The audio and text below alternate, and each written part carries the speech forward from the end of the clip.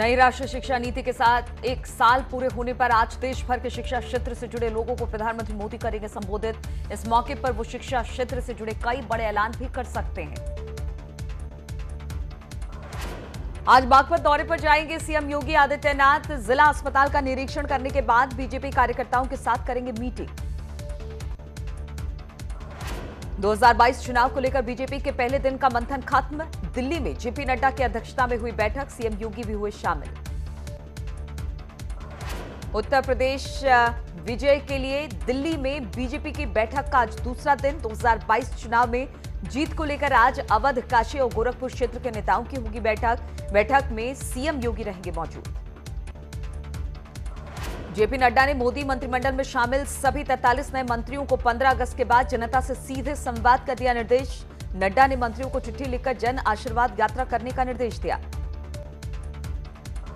उत्तर प्रदेश सरकार ने जारी की नई बुकलेट। पिछले 4 साल के कार्यकाल के विकास कार्यों का दिया हिसाब। नए इरादे, नए नारे, नेक काम अनेक के साथ 2022 की तैयारी। पश्चिमी उत्तर प्रदेश से बीजेपी शुरू करेगी पिछड़ा सम्मेलन। 1 अगस्त को मुजफ्फरनगर, बिजनौर और मेरठ में राज्यसभा सांसद रामचंद्र जांगड़ा होंगे शामिल। 17 सितंबर को रामलीला मैदान में कार्यक्रम की तैयारी। कांग्रेस अध्यक्ष सोनिया गांधी से पश्चिम बंगाल के मुख्यमंत्री ने उनके घर पर जाकर मुलाकात की। ममता ने कहा, बीजेपी को हराने के लिए सबका साथ आना जरूरी।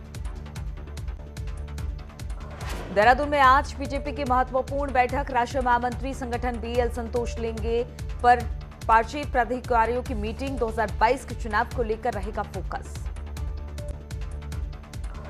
नई टीम बनने के बाद एक्शन में कांग्रेस। देहरादून में हुई पार्टी की कई कमेटियां बैठक। प्रदेश अध्यक्ष गोदियाल बोले, सरकार आने पर लाएंगे लोकायुक्त, हटाएंगे देवस्थानम एक्ट।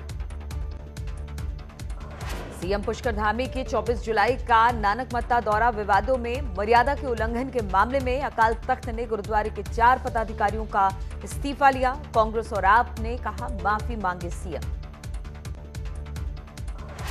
बद्रीनाथ धाम में विवादित बयान देने वाले मौलाना के खिलाफ एफआईआर दर्ज। तीर्थ पुरोहितों ने जताया था बयान पर ऐतराज। मौलाना की गिरफ्तारी की मांग।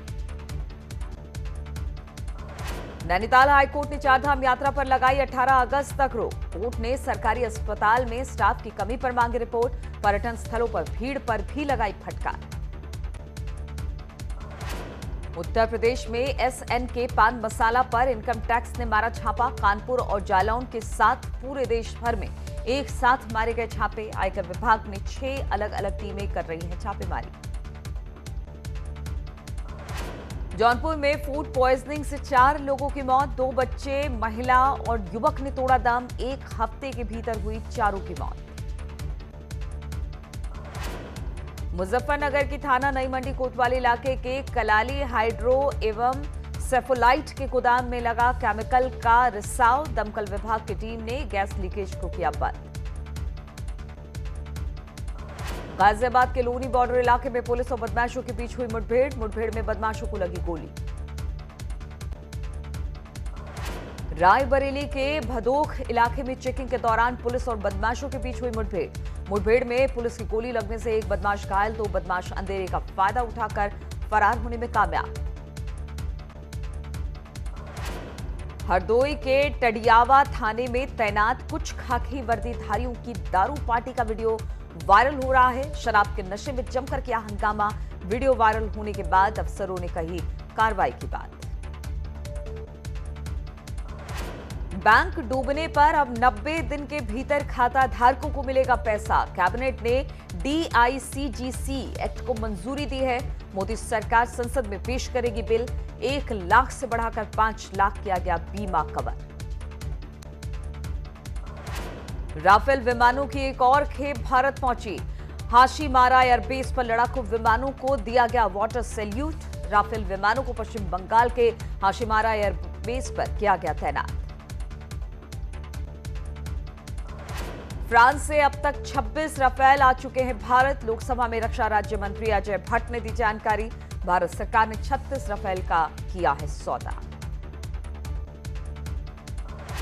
देश भर में बाढ़ और बारिश से मचा हाहाकार। जम्मू कश्मीर के किश्तवाड़ में बादल फटने से भारी तबाही, 7 लोगों की मौत। अमरनाथ में बादल फटने की विनाशकारी तस्वीरें सामने आई।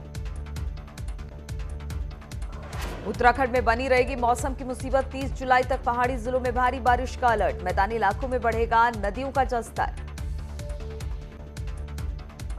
उत्तरकाशी में गंगोत्री हाईवे पर गिरी सुरक्षा दीवार, अरबों की ऑल वेदर रोड पर उठे गंभीर सवाल। पौड़ी कोटद्वार हाईवे पर नाले का पानी आने से रोका गया ट्रैफिक।